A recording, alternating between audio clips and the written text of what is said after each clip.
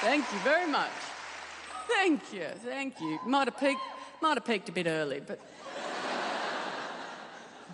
Welcome to my show. My show is called Nanette. And the reason my show is called Nanette is because I named it before I wrote it.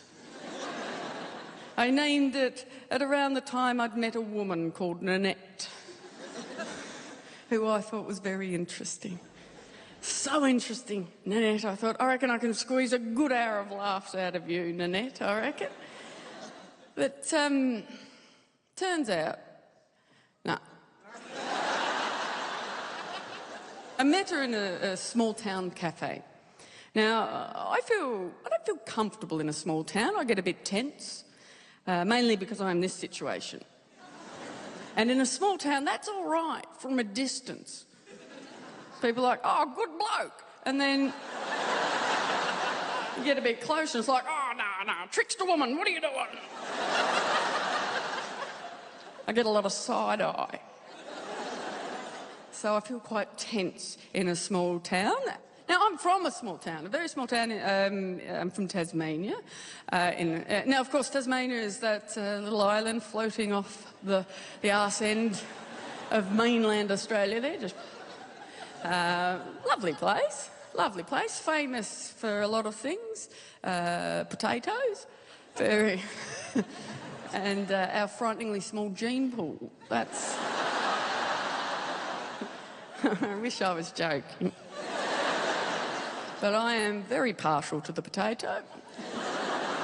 Very versatile vegetable. And not all the branches go directly away from the trunk in our family tree, I will admit. It's a bit topiary, but I love Tasmania. I loved growing up there. I felt right at home, I did. But I had to leave as soon as I found out I was a little bit lesbian. And you do find out, don't you? Yeah. I got a letter. Dear Sir, Madam.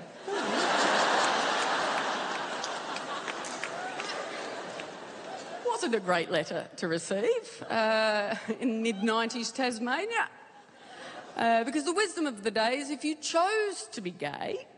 Now, I say wisdom, even though homosexuality is clearly not a choice, but wisdom is always relative, you know.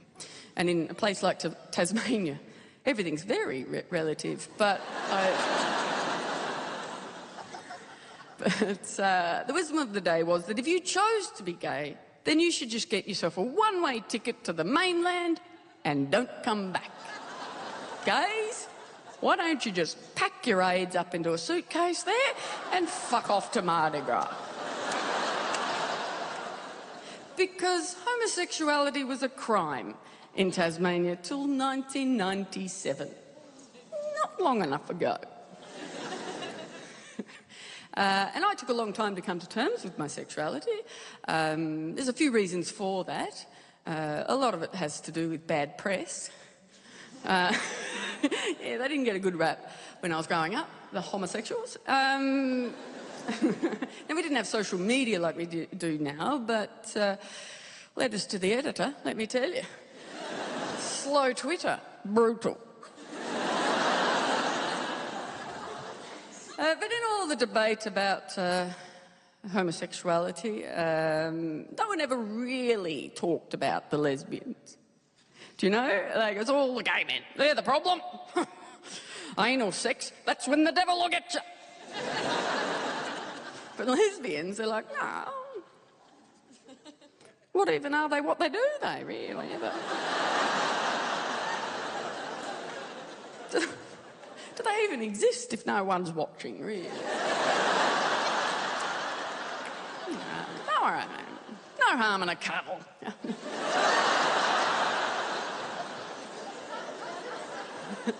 You know, for a long time I knew more facts about unicorns than I did about lesbians. Another reason I struggled with... There are no facts about unicorns. Another reason I struggled to identify as gay was the Sydney Gay and Lesbian Mardi Gras. Precisely that. The Mardi Gras was my first introduction to my people. I watched it on my TV, in my little living room in my small town. That was my first introduction to my people. The Mardi Gras. My people. Flaunting their lifestyle in a parade. And I used to watch it going, oh, there they are, my people. They're busy, aren't they? Gosh, don't they love to dance and party? I used to sit there and watch it and go, where do the quiet gays go? Where are the quiet gays supposed to go? I still do. It's just like, the pressure on my people to express our identity and pride through the metaphor of party is very intense. And don't get me wrong, I love the spectacle, I really do, but I've never felt compelled to get amongst it. Do you know, I'm a quiet soul. My favourite sound in the whole world is the sound of a teacup finding its place on a saucer. Oh, it's very, very difficult to flaunt that lifestyle in a parade.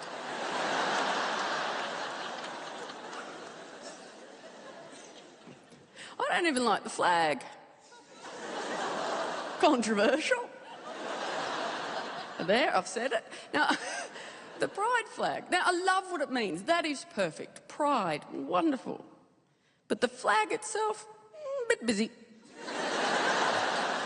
It's just 6 very shouty, assertive colours stacked on top of each other. No rest for the eye. An afternoon of that waving in my face, I need to express my identity through the metaphor of a nap.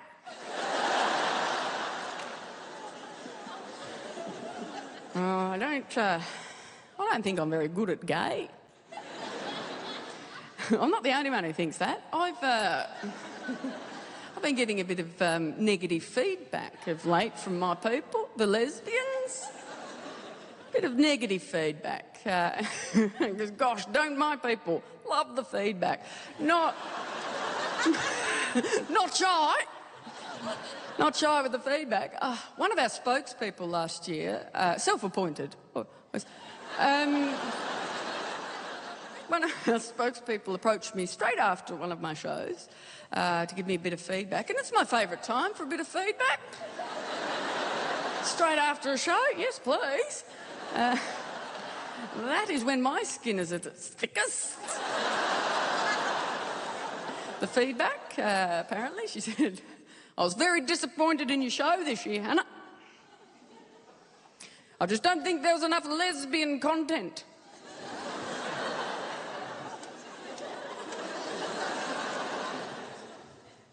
I'd been on stage the whole time.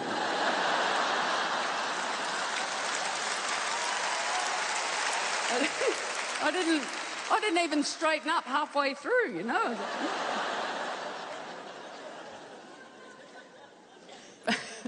Perhaps I've been slacking off a bit.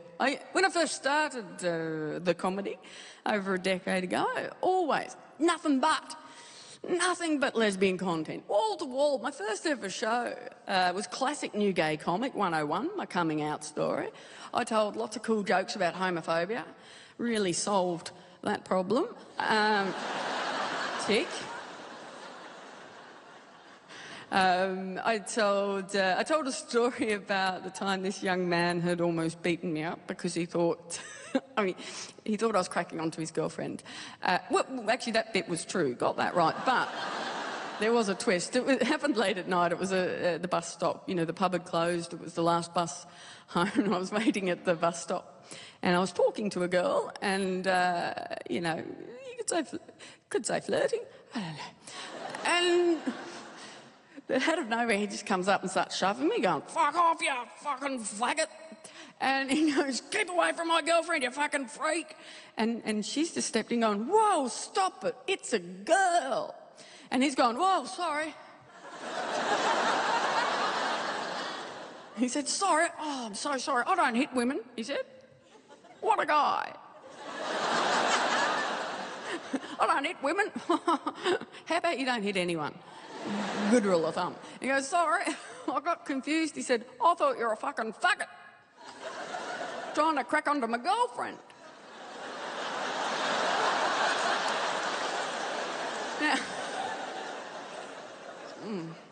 Now, I do understand that I have a responsibility to help lead people out of ignorance at every opportunity I can, but I left him there, people.